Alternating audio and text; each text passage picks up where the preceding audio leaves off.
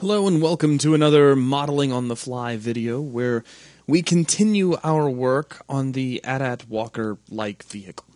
Now, it's been a little while since I worked on this, so I had to stop for a few moments and take a look at some of the pictures and figure out where we were going to go next. And I think we're going to just keep on working on this forward troop area. There's not much left to do before we could pretty much call it wrapped, but there was something I noticed that I wasn't a big fan of. And that is this piece here. And if you can't see which piece I have selected, let me grab it and just kind of drag it forward. I'm not a big fan of how the internal shapes here are being handled. So what I'm going to do is jump into Polygon Subobject mode. And let's press F2 so we can see each of those faces.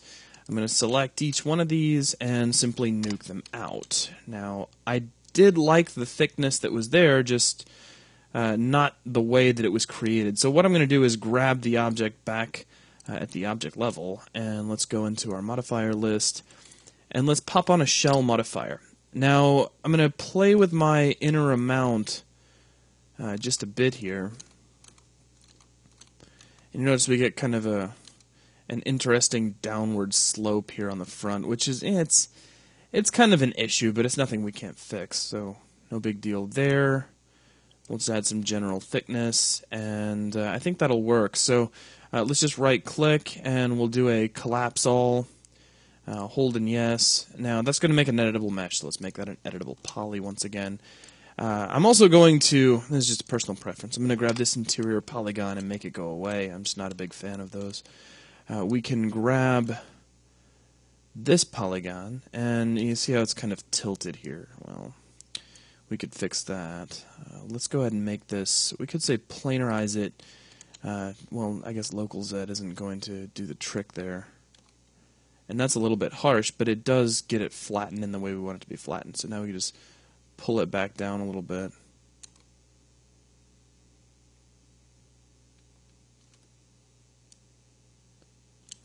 Just kind of slide it forward.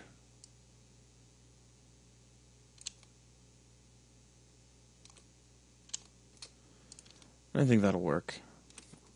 So anyway, just another way to get full thickness in there in a slightly cleaner manner. Okay, now another thing that I noticed was that as we start digging through some of the reference videos, on a lot of the pictures, even from the movie model, this front plate doesn't have this 45-degree bevel on it. It's actually a 90. Now, you got a couple of options here. You could just leave it and not worry about it and figure that nobody's going to notice, or of course you could fix it. One way to fix it would be to just pull these vertices straight back and then replanarize the entire panel. That wouldn't be that big of a deal. I think I'm just going to not worry about it. We'll just kind of let it slide. Besides, if we take a look at our image planes, we can see where we got the reference for that 45. You can see it right there. So in my particular case, I'm just not going to worry about it, but if we wanted to fix it, we could. So let's jump over to the side view, and I want to make the opening that we're going to see. It's basically this guy right here.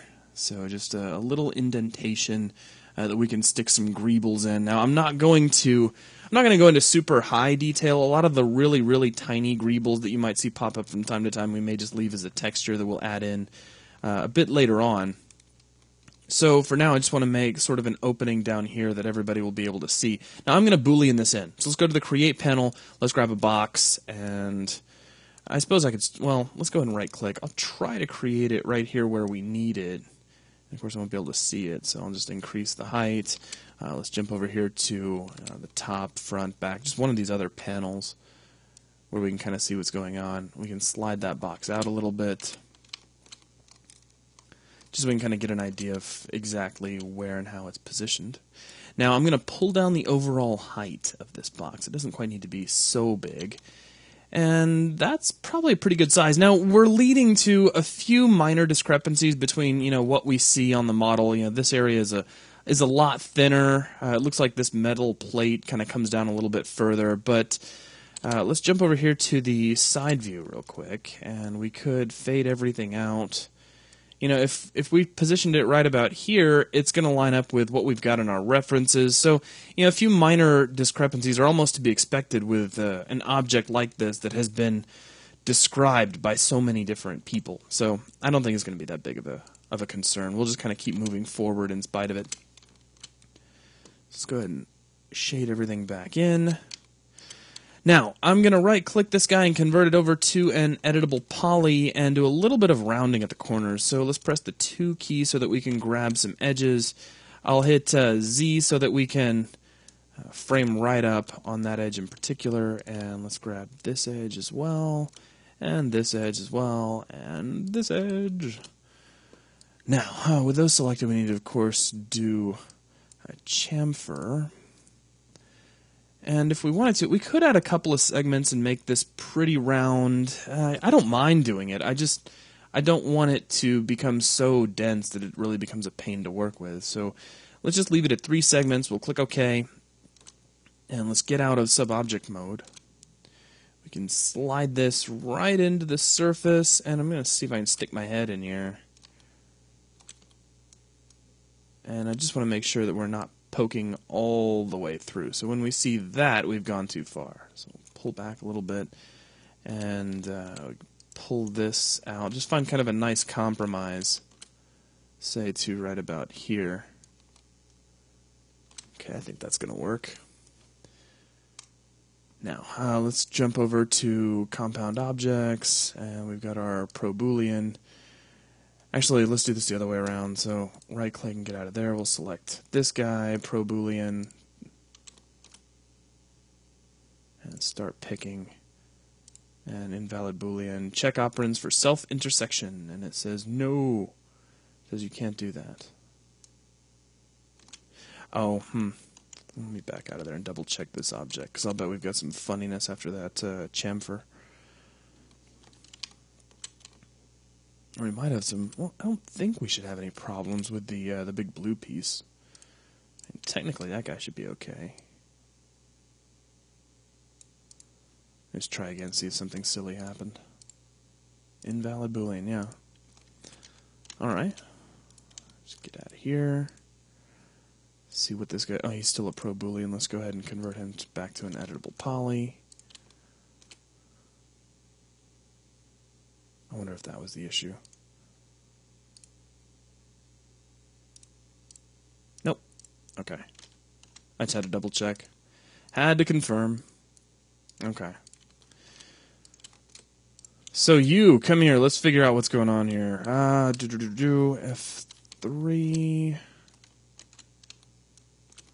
No, it's looking okay so far. How far back can we step with the almighty undos? I'm curious about something. What if we just tried a very, very simple Boolean like so, and then rounded it out after the fact? You'd think theoretically that would work just fine.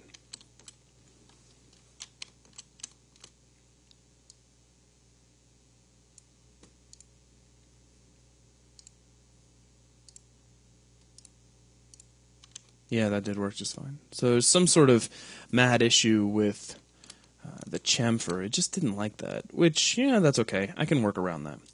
So let's get back out here, and let's convert this back out to an editable poly.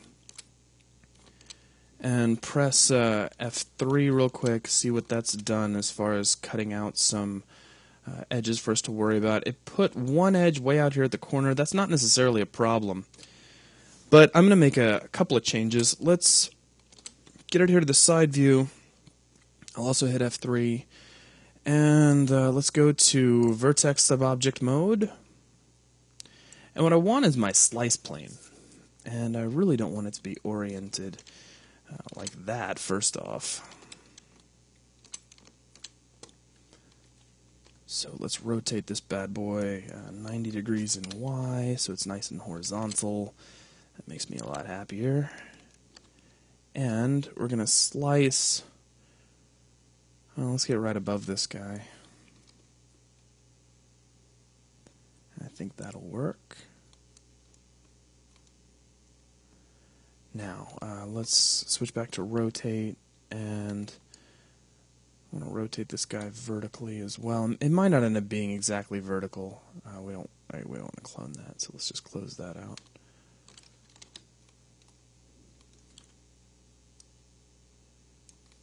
Basically, I'm looking for a split to anchor off an edge that takes place right behind this great big plate of armor.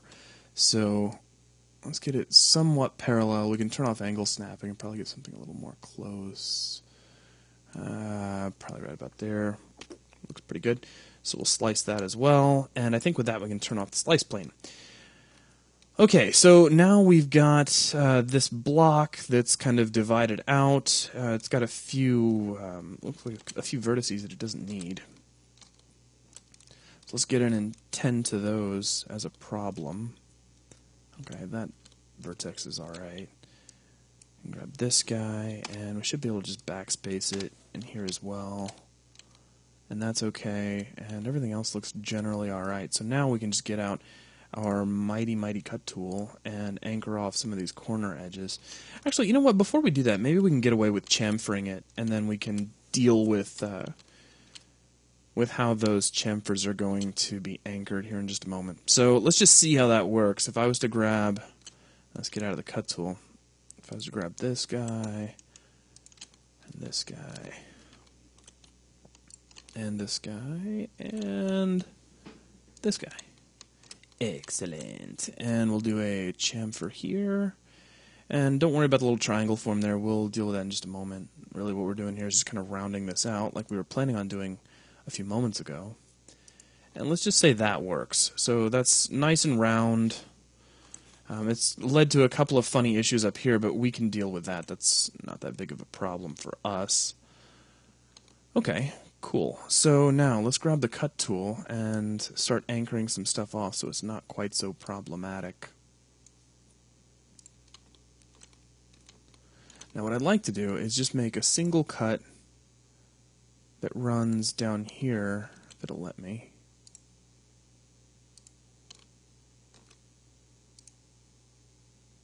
There we go. So it'll let me get it one way or another. And, yeah, there's some really mad stuff going on right here that I'm not a big fan of. So let me undo back just a little bit. Now, I don't know how well it's going to like me doing what I want to do right now. It might just start griping at me. Max may explode. Probably a good idea for me to hold the scene. But what I want to do is grab this edge. Get out of our cut tool for just a moment, and I want this edge to go away. And because we've got this edge cutting through here, Max should be satisfied that this indentation is anchored enough. So hopefully, with just that one split through the middle, it won't give me too much grief over using my chamfer to round these out. That's what happens when it's been a little while since you touched Max. Alright, now, let me see here. Let's pull those in, maybe go up to a third, and click OK. Now that all looks marvelous. So now, let's switch back over to vertices. Now let's activate the cut tool and see what needs to happen to anchor all this stuff off. It looks like we've got a floating vertex here as well. So, take that out. Take that out. It looks like it exists on all corners and doesn't need to, so we'll make all of that disappear. Alright, sweet. Now, back to the cut tool. And simple cut. Simple cut. And we cut that one to the corner and split that up to the edge.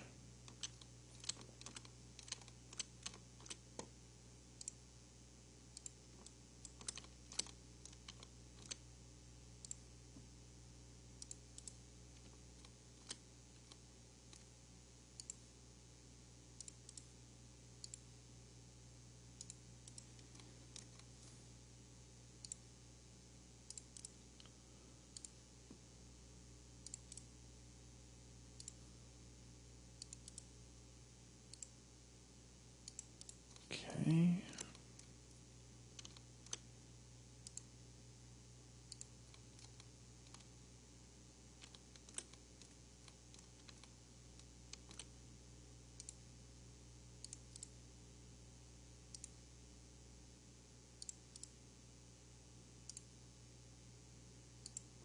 So as a random topic of conversation, I don't know if any of you out there watching this are fans of Battlestar Galactica, but the conclusion is about to begin, and I absolutely can't wait. I've had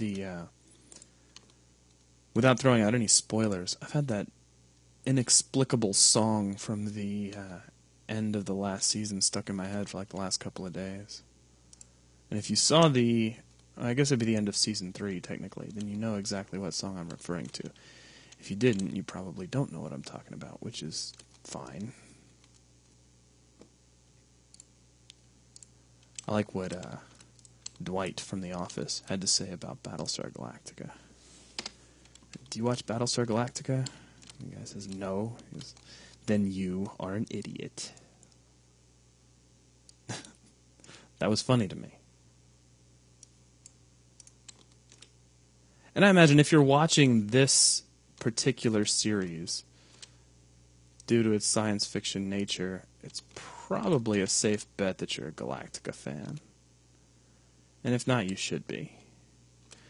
Alright, well, that seems to be sunken in and doing its trick anyways. So we've got this nice indentation here. Now, we have some stuff we need to kind of stick inside that. So let's take a look. I mean, here it's a really vague representation of what it looks like. I did find one picture that made it fairly clear what we're looking at. It may not have been in this folder. Let me close this, grab this guy. That's the rear section folder. I think up here on the main body is where I found it, and I just kind of clicked through until I was like, oh, well, that helps. So this helps a little, but it's also still kind of vague. I mean, it looks like we could make something out of a few connected boxes and call it, which is probably going to be more than sufficient. Another take on it, though, that's a little bit more detailed exists here in this picture.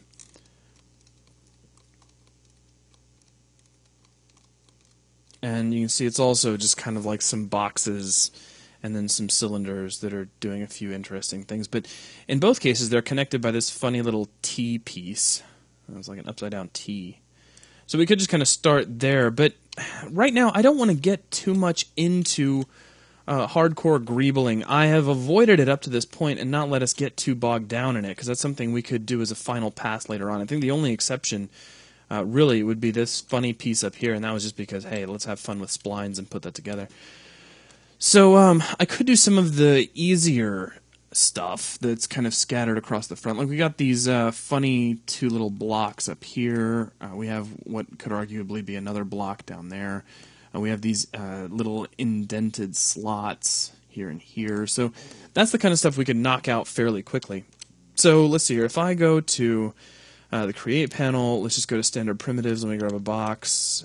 We'll switch on Auto Grid. And we could probably come over here to this side. We could just draw on something about like so. Give it a little bit of thickness. Right click, and then just go look at it in perspective. And that looks like it didn't do what I wanted it to at all. And that's pretty horrific.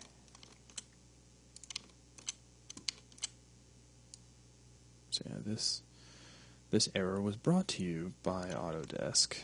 But that looks pretty good, so we'll just build it in this view and pretend that we never saw any other result in this one, right? Okay, so let's see here. I'm going to pull down the length a little bit. We'll pull down the width a little bit. And, I mean, it's really just cycle around and see if you can find a picture that kind of looks like that. Now here, maybe I'm interpreting something that may or may not be there. But there's room for that too.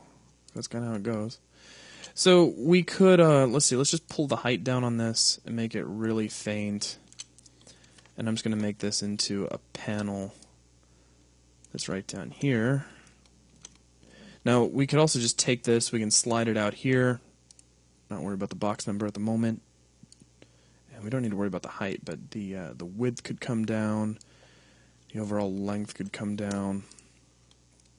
And we get a couple of, and you'll notice again on this model everything's still even more different than it was anywhere else. So you're just kind of having some fun with shapes and whatnot.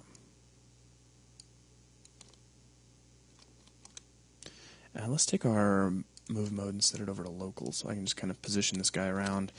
at will. And then let's pull one over here, and this is just more for my own edification. I'm sort of making this up, but that's how you're going to do stuff like this sometimes.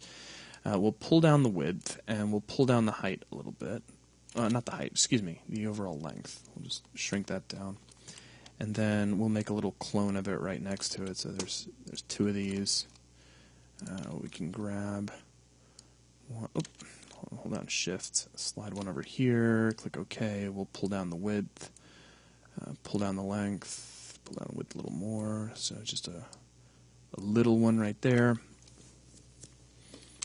So that's starting to work, just for some really, really basic greebles that don't take up a whole lot of our time. Now, these indentations, almost like slots, and we'll see these in various areas underneath this massive metal plate. Like, if we zoom in here, they're fairly clear to see. So there's just a couple of them, and we can kind of make up their exact locations. We don't need to really stress too hard about where they are. But I also wouldn't mind chamfering these, which maybe I'll do that here in just a few moments. But let's get these little slots in first. Let's maybe put one here and then one right up here. Just kind of ad-libbing these as we go.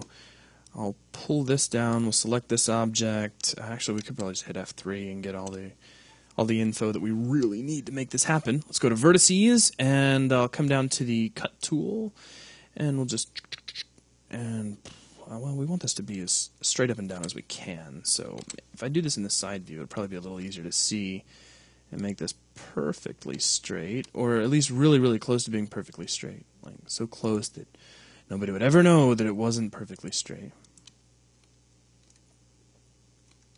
And let me get another one right in here.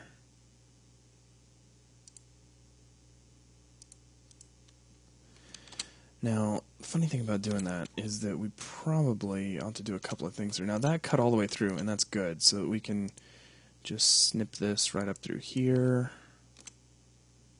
Snip this right up through here. And that's very good. Okay, now let's try this. Just a quick test. We grab these new edges, and that's, that kind of snakes off a little bit. That's a little funny, but it shouldn't matter that much because it's all on the inside and we can't really see it. It's driving me a little bit crazy. Maybe we can fix it. Let's just grab vertices, and we can't see that one from here, so if we jump over here we can see it. And we don't want any sort of tools out. I want to use the move tool, and we want to make sure that edge constraints are on. I'm so glad they switched that to radio buttons. I can't even tell you. Now let's see here.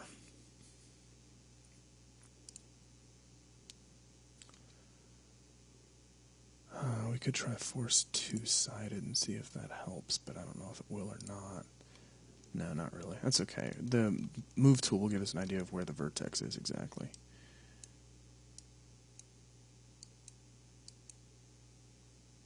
I can go ahead and turn off force two-sided there.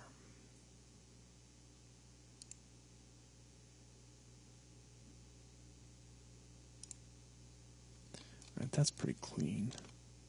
Now if we come over to this guy, then really it's just a matter of getting that y-axis line to line up with our existing edge, and I think that's going to be close enough for what we're doing. Okay, so we got these two edges. Now let's switch over to edge subobject mode. That's clean enough for me. Let's try chamfering these guys, and they get a nice little split. Kill off the segments. Lower the amount down to about, we could probably get away with that. Click OK. Let's hit 4 to go to polygons, and I want this polygon, and this polygon, and this polygon, as well as this, and this. Okay. Now let's just see what sort of magic I can make happen with a bevel. So we'll zero all this out. We'll go by local normal. And we'll pull the height in, and then we'll pull in our outline amount as well.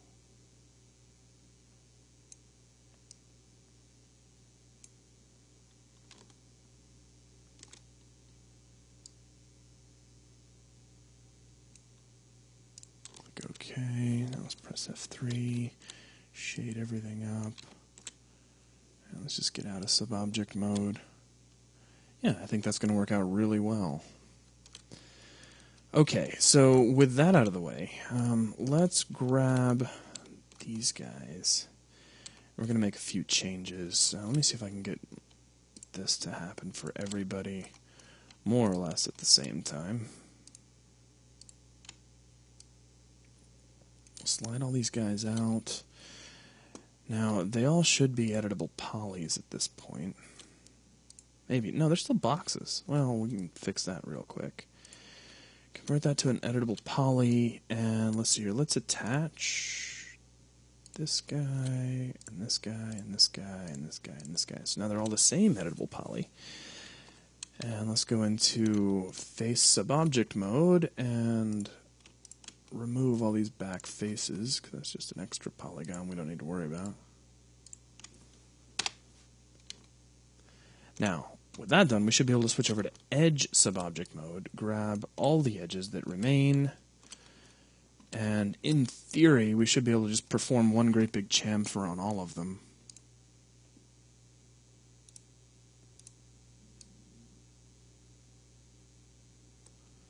It doesn't like that back edge, and I can't say I blame it.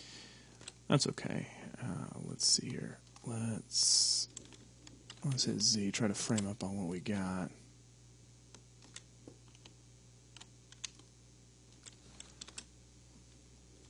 Let's see if we get a back view. That's not going to be very helpful. I'm looking for ways to cheat and speed up what it is I'm trying to do here.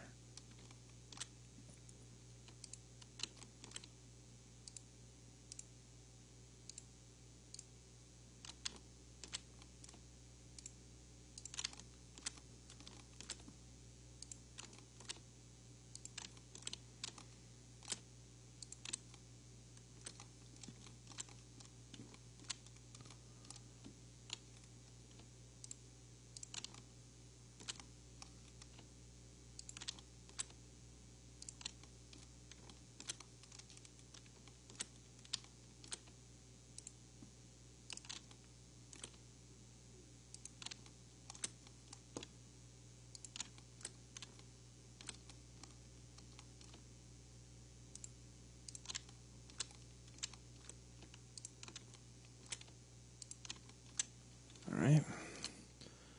Now we'll just try chamfering these by themselves, and that should give us a much cleaner result.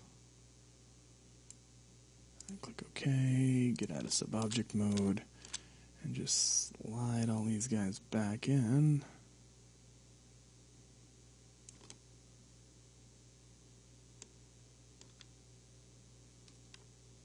Interesting, those don't line up anymore. Or maybe they never did. That's okay. We'll make them work. Whoops, wrong object. Let's get you by yourself and switch over to elements. And I want this element.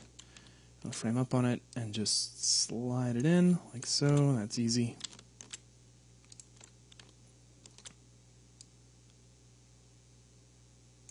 Same story. Same story. And same story.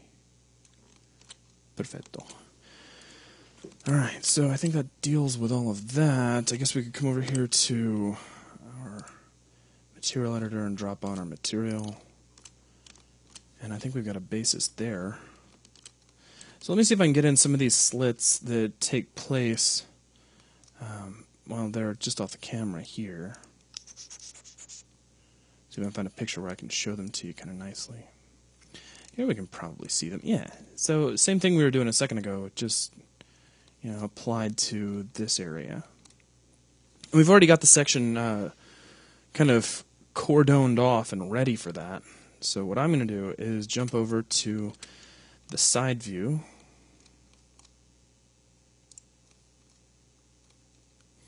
And if you want, you can be really hardcore about exactly where these are placed, but I don't think it's that big of a deal. If one of these indentions is, oh well, that's 2 centimeters away from where it should be. And I don't think George Lucas will end up calling us.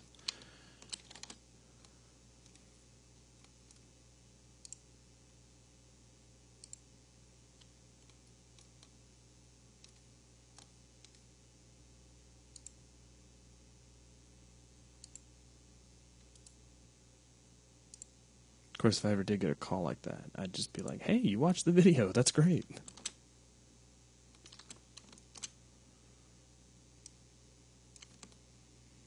And you paid more attention to it than anybody else. Alright, well, let's see here. If I just F3 that, then we should be able to kind of see the inside. Now, this we should connect inward. We can probably just run it right. Well, yeah, that might be a little dangerous. Let's just try running it right to there. It'll make for some funny geometry, but it'll all be internal geometry, so it shouldn't make much of a difference.